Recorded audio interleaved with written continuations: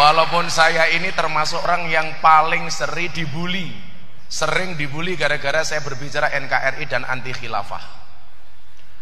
Banyak postingan saya tentang NKRI, tentang Pancasila, saya dicaci maki oleh orang-orang yang pro dengan khilafah. Salah satu postingan saya ada 5.000 komentar, semuanya mencaci maki saya. Tapi saya tidak sakit hati, kenapa? Yang mencaci maki saya 5.000, tapi yang memberikan like dan jempol 75.000. Pertanyaannya, kenapa jumlah like itu lebih banyak daripada jumlah komen? Kenapa? Karena seberapa banyak pun orang yang membencimu dengan komentar-komentarnya, yakinlah di luar sana lebih banyak yang mencintaimu dari dalam hatinya. Wah. Tapi kalau konteksnya jomblo beda. Kenapa jumlah like lebih banyak daripada jumlah komen? Karena banyak orang cinta tetapi tidak berani mengatakannya.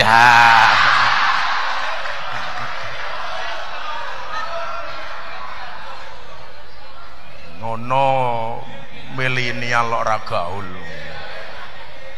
Kalau kamu pas-pasan minder di hadapan pasarmu, kamu bilang cintaku padamu memang tidak seindah surat cinta untuk Setarla, tapi yakinlah cintaku padamu lillahi ta'ala.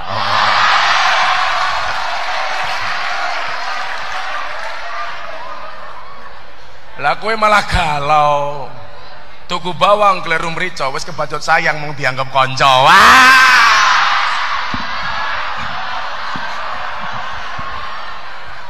Goblok. Maka rasa cinta ini menjadi mahal. Demikian juga ketika kaitannya dengan pemimpin. Satu saat saya ditanya, sebenarnya pemimpin itu boleh nggak sih dikritik? Boleh nggak kayak Pak Ganjar itu dikritik? Boleh nggak kayak Pak Jokowi itu dikritik? Karena yang terjadi hari ini, mohon maaf, orang itu kalau sudah benci dengan pemerintah, baik seperti apapun, tetap saja benci. Tapi sebaliknya, kalau kita itu sudah senang dengan pemerintah, seburuk apapun tetap dipuji. Kalau posisi saya sebagai orang NU, saya mengambil posisi yang wasatiyah. Karena Allah berfirman dalam Al-Baqarah, wa kadzalika ja'alnakum ummatan wasaton. Wasat itu artinya tengah. Bedakan antara wasat dengan wastun. Kalau wastun itu, kalau ini wastun, mohon maaf. Kalau ini wastun, tengah, tidak tengah-tengah pas, bisa di sini, bisa di sini. Tetapi kalau wasatun itu tengah-tengahnya pas. Dan luar biasanya lagi apa? Ayat ini terletak di pertengahan surat Al-Baqarah. Al-Baqarah itu ayatnya berapa? 286. Dan wa kadzalika ja'alnakum ummatan wasaton itu terletak di ayat 143. 143 kali 2 sama dengan 286. Lah, sikap keagamaan dan sikap kenegaraan saya, kebangsaan saya, itu saya mengambil posisi di wasatun, tengah-tengah. Maka dikatakan khairul umuri awsatuha, sebaik-baik perkara adalah tengah-tengahnya. Kalau ini tidak tengah-tengah. Kalau tengah-tengah itu nggak panas, nggak dingin. Kalau ini panas banget. Baru hari ini saya jadi pembicara kepanasan. Ya itu. Ya maklum panitia anggarannya cekak.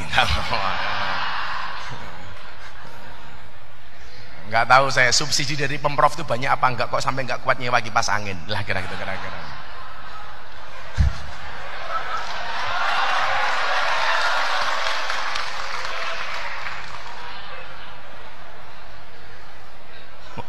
Panitiane sok sibuk. Wis tuwa jilbabe pink.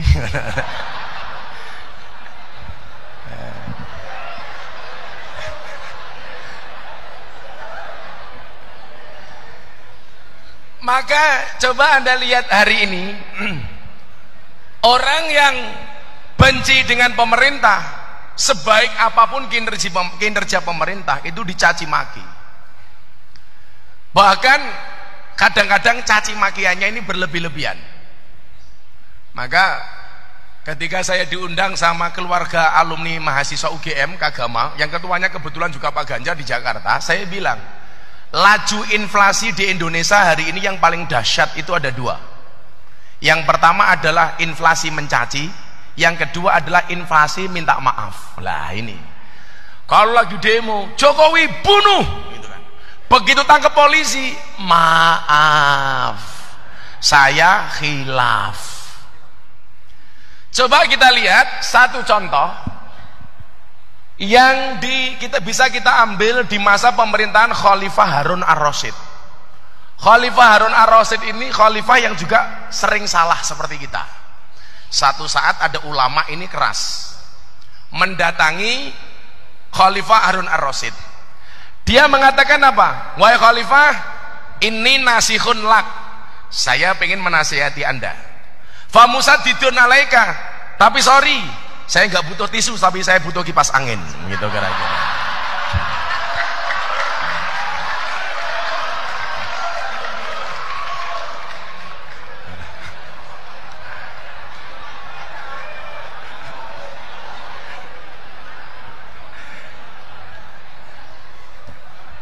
Njaluke apa diwenehi apa, kan pokok.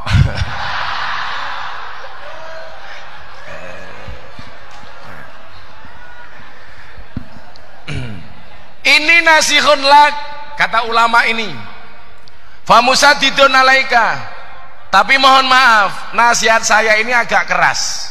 Dia bilang begitu, nasihat saya kepada anda ini agak keras loh. Famusadidun alaika. Kemudian dilanjutkan apa? Fala tajidanna fi nafsika alayya say'an. Tolong anda jangan marah sama saya. Apa jawaban Harun ar-Rasyid? Innallaha ta'ala qad arsala man huwa khairu minka. Sesungguhnya Allah pernah mengutus orang yang lebih baik daripada anda. Siapa yang dimaksud? Harun dan Musa. Musa dan Harun. Ilaman huwa syarru minni, kepada orang yang lebih jelek daripada saya. Yang dimaksud siapa? Fir'aun. Jadi Musa dan Harun itu pernah diutus oleh Allah untuk menasihati Fir'aun.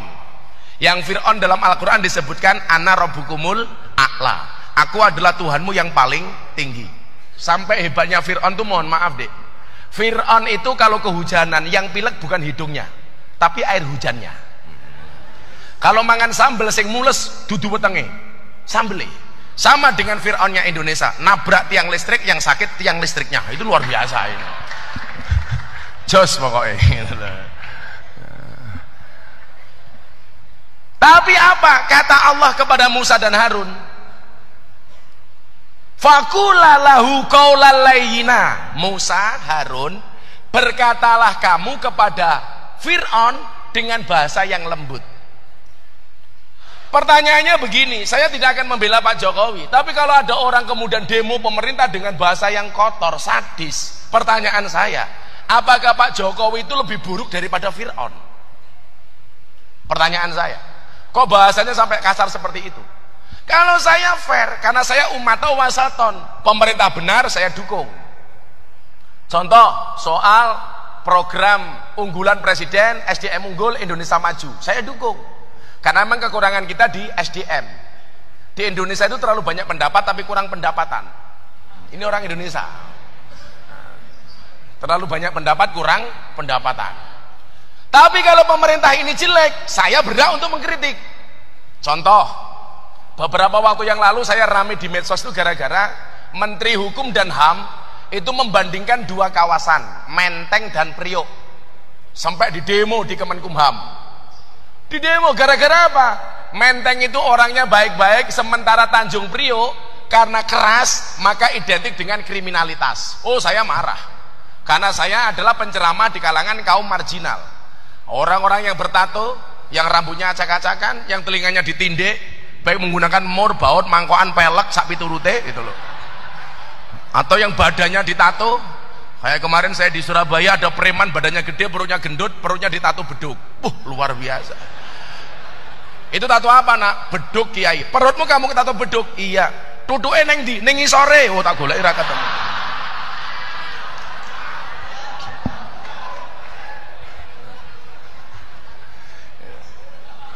Saya nggak sependapat ketika keras ini diidentikan dengan kriminalitas. Saya pikir nggak ada hubungan yang korelasi yang apa ya, yang bisa diterima oleh akal lah.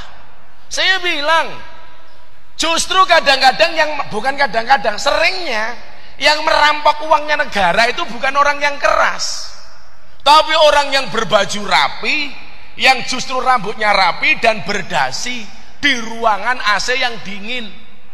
Iya, kalau ruangan panas gini nggak ada yang makan uangnya negara. Beneran. Kipas anginnya dadak jaluk kok.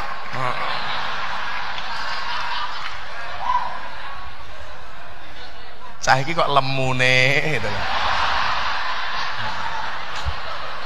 Ora apa-apa Mas.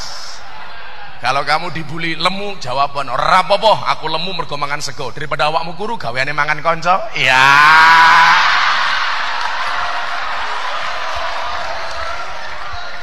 Sing lemu, yes.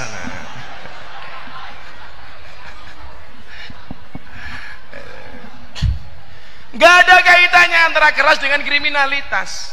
Saya sekian banyak contoh orang yang kelihatannya arogan, tetapi justru dia orang baik. Sementara para koruptor itu biasanya malah bajunya rapi, berdasi, dan lain sebagainya. Nah, kayak kemarin saya pengajian di Kalimantan, jalannya jelek. Sopirnya bilang, ini yang rusak jalan ini truk-truk gandengan itu loh Kiai. Saya jawab, Anda salah. Yang rusak jalan itu bukan truk gandengan, tapi mobil mewah. Lah kok bisa Kiai? Iya. Uang yang seharusnya dipergunakan untuk membangun jalan malah dikorupsi untuk beli mobil mewah. Rungokno Pak.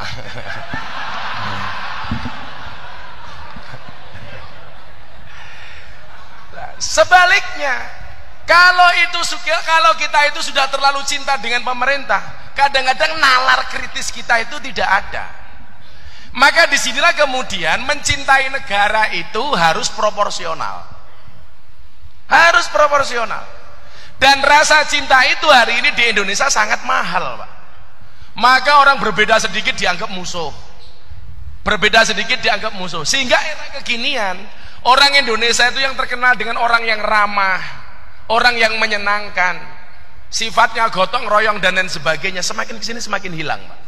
Saya kasih contoh ya. Jangankan kok sesama umat Islam, mohon maaf, jangankan sesama umat beragama lain, seumat saja kita hari ini begitu berbeda pendapat, kita dianggap musuh. Dan saya kemudian lebih bersedih, kenapa? Karena munculnya apa? Munculnya orang-orang yang membenci negara ini hari ini justru berkedok dengan agama. Dalihnya ini adalah agama, ekstrim kanan maupun ekstrim kiri, tapi menggunakan dalil-dalil agama. Maka kemudian karena kebencian kepada pemerintah yang memuncak, mereka akhirnya mengatakan apa? Ini negaranya tauhid. Pancasila sudah tidak cocok dengan Indonesia. Demokrasi harus diganti dengan sistem khilafah. Minimal NKRI bersyariah. Saya bilang, sing dimaksud NKRI bersyariah itu seperti apa? Indonesia itu kurang syariah seperti apa? Saya pengajian di mana-mana sampai ke Papua, nggak ada. Saya besok, bro, mas-mas dari Papua ini, tanggal 8 Juni, saya pengajian di Kota Jayapura, di 3 lokasi. Dan panitianya sebagian kawan-kawan saya Nasrani. Kurang syariah apa bangsa Indonesia ini? Jangan kemudian hanya gara-gara kasus 1-2 kasus ini menggambarkan Indonesia secara umum dengan mengatakan demokrasi ini gagal, maka harus diganti dengan sistem khilafah. Tapi kan banyak Gus ulama-ulama yang dikriminalisasi. Tolong bedakan kriminalisasi ulama dengan ulama yang kriminal. Kalau ada ulama berbuat kriminal ditangkap sama Pak Kapolres, itu namanya bukan kriminalisasi ulama, tapi proses hukum terhadap ulama yang kriminal. Kriminalisasi ulama itu ngundang kiai mulai ra diamplopi, lah itu kriminalisasi. Makanya itu bisa dilaporkan ke kantor polisi atas dugaan pelanggaran KUHP pasal 378 penipuan. Hati-hati.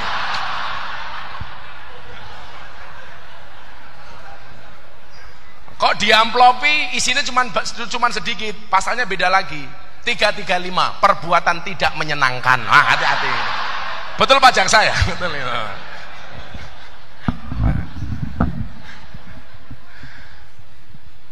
membedakan antara kriminalisasi ulama dengan ulama yang kriminal. Sehingga pikiran-pikiran ini sekarang, mohon maaf, semakin kesini ini semakin menjadi-jadi, Pak. Betapa kemudian YouTube saya yang berbicara anti khilafah, saya dibully habis-habisan. Tapi saya nggak ada urusan. Kenapa? Karena organisasi saya yang saya ikuti, Nahdlatul Ulama, amanat didirikan Nahdlatul Ulama itu dengan dua amanat. Yang pertama adalah amanat keagamaan, yang kedua adalah amanat kebangsaan.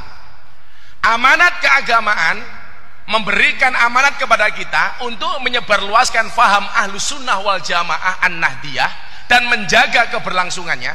Kemudian yang kedua apa? Menjaga dan melestarikan, menjamin keberlangsungan negara kesatuan Republik Indonesia. Dan Muktamar Nahdlatul Ulama tahun 1936 di Banjarmasin, ulama-ulama kita bersepakat bahwa bentuk negara Indonesia adalah Darussalam, bukan Darul Islam. Tentunya Anda bisa membedakan lah, apa itu Darussalam, apa itu Darul Islam. Bentuk negaranya apa? Nation state, negara kesatuan. Kenapa harus negara kesatuan? Jawabannya di sini. Inilah antiknya Indonesia dibandingkan negara-negara lain. Kita terbang ke Eropa. Eropa itu bangsanya cuma satu, Bapak Ibu, namanya Europe. Satu bangsa Eropa berdiri di atas banyak negara, berdiri di atas Spanyol, Perancis, Belanda, dan lain-lain. Kabar terbaru, Inggris mengundurkan diri dari Uni Eropa. Mata uang mereka juga cuma satu, namanya apa? Euro. Satu bangsa berdiri di atas banyak negara. Sementara Indonesia banyak bangsa berdiri di atas satu negara. Jadi kebalikannya dengan Eropa. Kalau Eropa itu satu bangsa berdiri di atas banyak negara, jadi bangsane mung siji disengkuyung oleh sekian banyak negara. Sementara Indonesia sebaliknya, banyak bangsa hanya berdiri di atas satu negara.